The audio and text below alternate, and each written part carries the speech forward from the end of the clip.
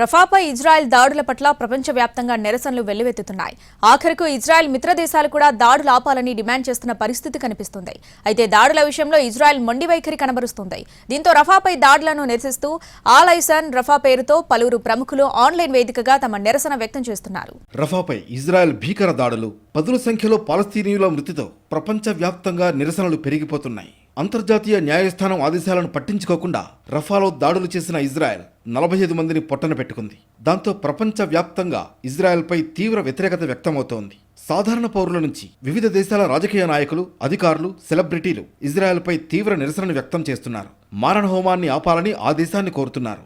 Online వేదికగా కొంతమంది తమ నిరసనను తెలియజేస్తున్నారు. వివిధ సోషల్ మీడియా సైట్లలో ఆల్ ఐసాన్ రఫా అనే పేరుతో ఉన్న ఇమేజ్లను షేర్ చేస్తూ రఫాలో ఇజ్రాయెల్ కాల్పుల విరమణకు అభ్యర్థిస్తున్నారు. ఇటీవల ఐక్యరాజ్య సమితి ఇజ్రాయెల్ దాడులను ఆపాలని ఆదేశించినప్పటికీ కూడా ఆ దేశం వెనక్కి తగ్గడం లేదు. ఇజ్రాయెల్కు వ్యతిరేకంగా దాడులతో ప్రభావితమైన పాలస్తీనియన్లకు ప్రపంచవ్యాప్తంగా మద్దతు పెరుగుతోంది. దీంతో ఆల్ ఐసాన్ రఫా పేరుతో హ్యాష్ ట్యాగ్ చేస్తూ పలువురు ప్రముఖులు తమ మద్దతుగా సందేశాలను షేర్ చేస్తున్నారు. ఆల్ ఐసాన్ రఫా పేరుతో జరుగుతున్న సోషల్ మీడియా ఉద్యమానికి పలువురు సెలబ్రిటీలు, నటీనటులు మద్దతు తెలుపుతున్నారు. బాలీవుడ్ నటీనటులు కూడా గాజాలో ఇజ్రాయెల్ దాడులకు వ్యతిరేకంగా ఆల్ ఐసాన్ రఫా క్యాంపెయిన్ కు తమ మద్దతు తెలుపుతున్నారు. అయితే వీళ్లలో కొందరిపై తీవ్ర విమర్శలు వస్తున్నాయి. టీమిండియా కెప్టెన్ రోహిత్ శర్మ భార్య రితికా సజ్దేకు కూడా ఈ శాఖ తగిలింది. కశ్మీరీ పండిట్లు, మణిపూర్లో హింస వంటి దేశంలో సమస్యలపై ఎప్పుడైనా మాట్లాడారా అంటూ రితికపై ప్రశ్నల వర్షం కురిపించారు నెటిజన్లు. దీంతో తన పోస్ట్ను తొలగించారు రితిక.